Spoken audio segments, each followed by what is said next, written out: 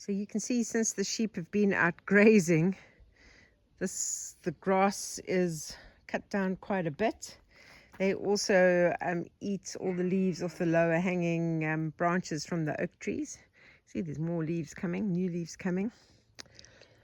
But for my irrigation and water on the farm, I have this water mine over here, which is now completely fenced in so that no animal can get in there. And I have a submersible pump, and that is connected to the generator over here. So I start this generator, and the submersible pump pumps the water, which this pipe is buried under the ground here till there, and goes up to those 2 IBC tanks behind that tree. I'll show you. So over here I have 2 IBC tanks, and they have got, you can see they've got different taps on them. And so when I'm wanting to fill the bottom IBC tank, I close the tap of the top one, and when I'm wanting to fill the top IBC tank, I close the tap of the bottom one. The top one works with gravity. Actually, they both work with gravity, to be honest. And I can fill up sheep's water and pig's water when the pig's in that pen. There's no pigs in that pen at the moment. That pen is being rested until summer, and then the pigs go in there because there's lots of shade in summer. But yeah, this system, using these like that submersible pump and these pipes that go into these IBC tanks, and with this tap system, so when I'm wanting to fill up like either the sheep's water or the pig's water or the pig's wallow that's in there, they have like a big wallow there that I fill up every day for the summer,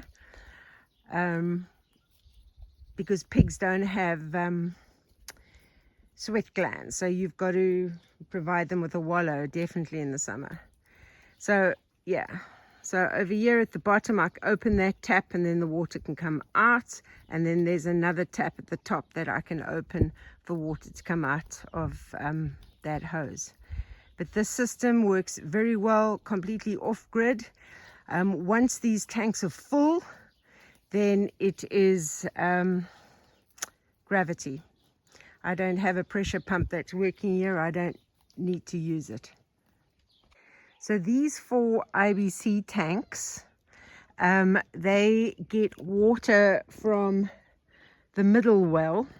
There is a pressure pump here that works with one of the power stations, and I only need to use the pressure pump when I move the water across to Cupcake and Gingerbread's area.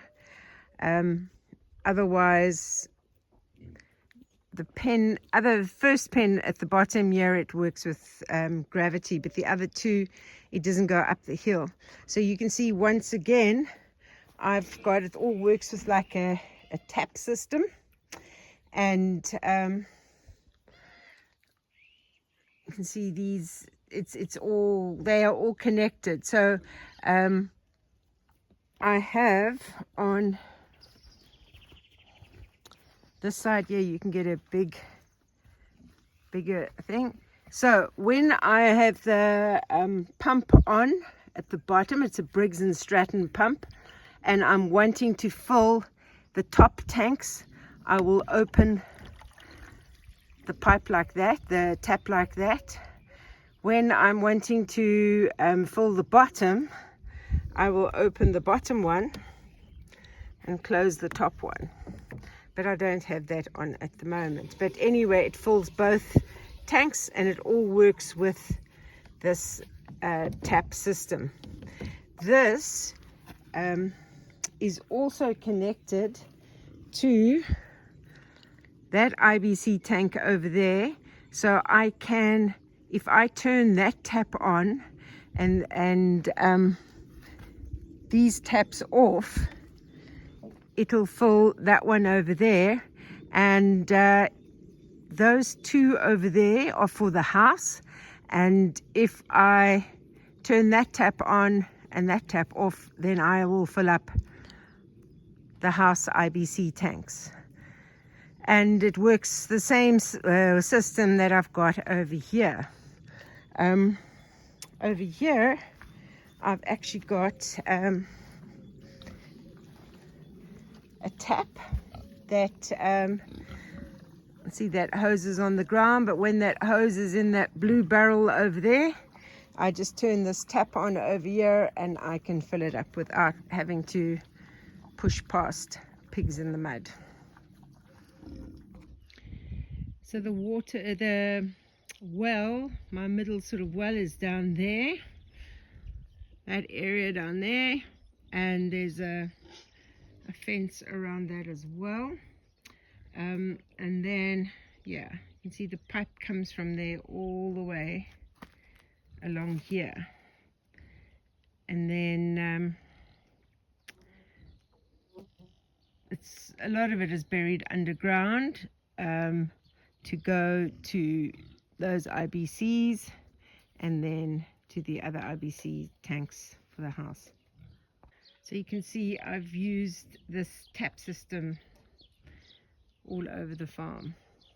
And this is all thanks to the anonymous plumber who did an amazing job connecting all the irrigation and the water for the farm. So I can switch the water from the top one to the bottom also just by turning taps and moving the attachment at the bottom.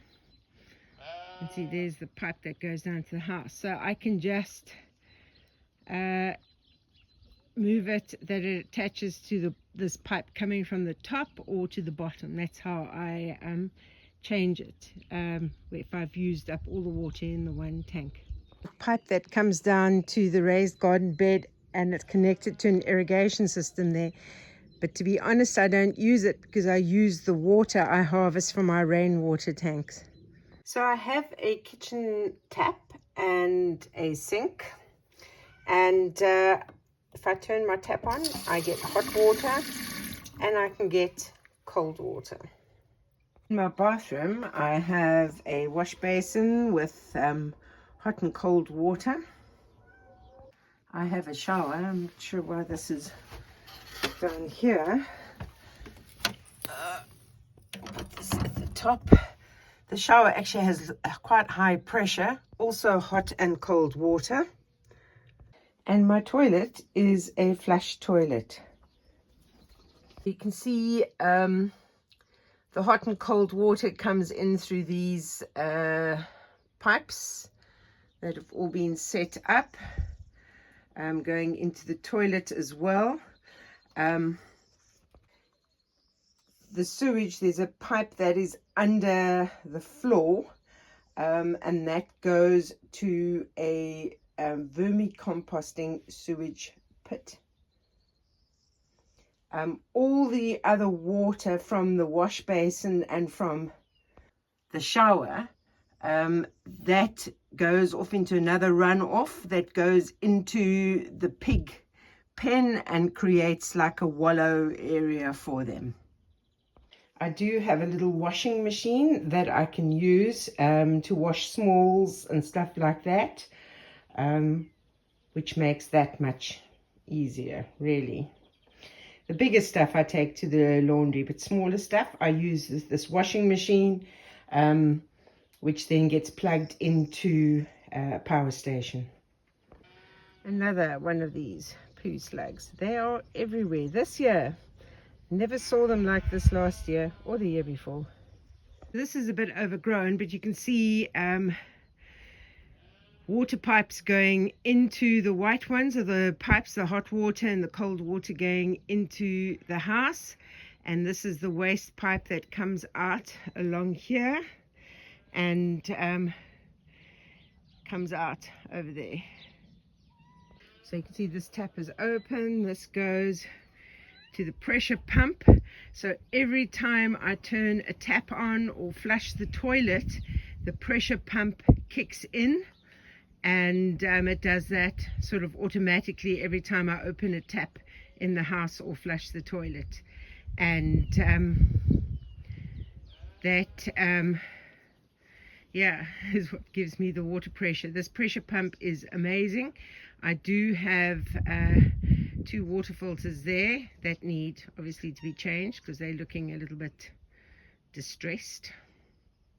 So this is the solar system power inverter, and then I will run the generator over here that's plugged into the inverter, because this is a hybrid inverter. You can see it's charging a little bit. There's no power going out at the moment. We've had a lot of overcast days and rain, so it's got to get enough power into the battery. So I might power up the generator just to give it a bit of a boost this morning. I have my shadow following me everywhere. It's a petrol generator, so I've just refilled the fuel. The best, this was for when I had a composting toilet. I had the urine and sort of like poo separator thing. You used to like pee into this part, but it works as a fantastic funnel.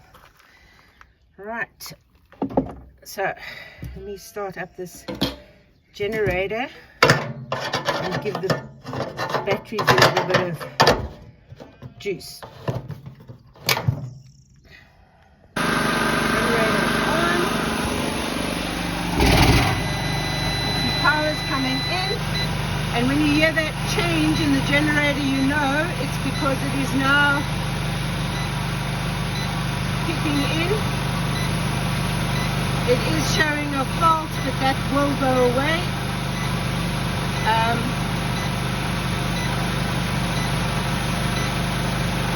It was just because the batteries went like really low. So as the batteries charge up, that will change. And this with this handy, open this up here with my door handle, and this works with gas. This is the hot water cupboard, and that it kicks in. So as soon as it has enough water pressure, then this kicks in and will heat the water. So you can see this is also connected to everything with these white pipes. Got more fuel. I'm just checking on the weather, whether I can make up a mix of cement or not. The weather is looking a bit iffy today. There is rain showers forecast. Haven't let the sheep out yet because I had to go nip out to go and get this fuel. So to close that gate and then the other gate at the top so that I can let them out. You can always judge from the wheelbarrow how much rain there's been since I've been away. Let's just empty this out. I think I'm going to first have a cup of coffee, and then I will make a mix of cement. Now this one was leaking beforehand. I'm not sure whether I'm going to give it a go, try and fill it and see whether it'll leak again. If it leaks, then yeah, we'll make another plan. Yeah. What's a gingerbread?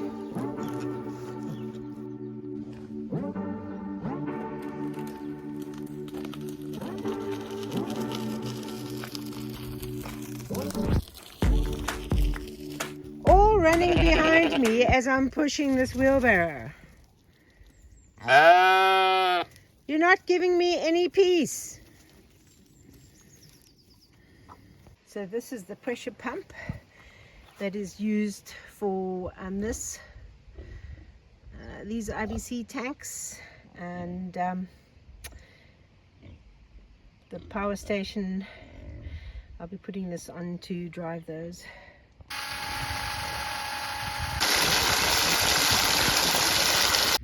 More slugs. Those ones seem to be getting a bit affectionate with each other.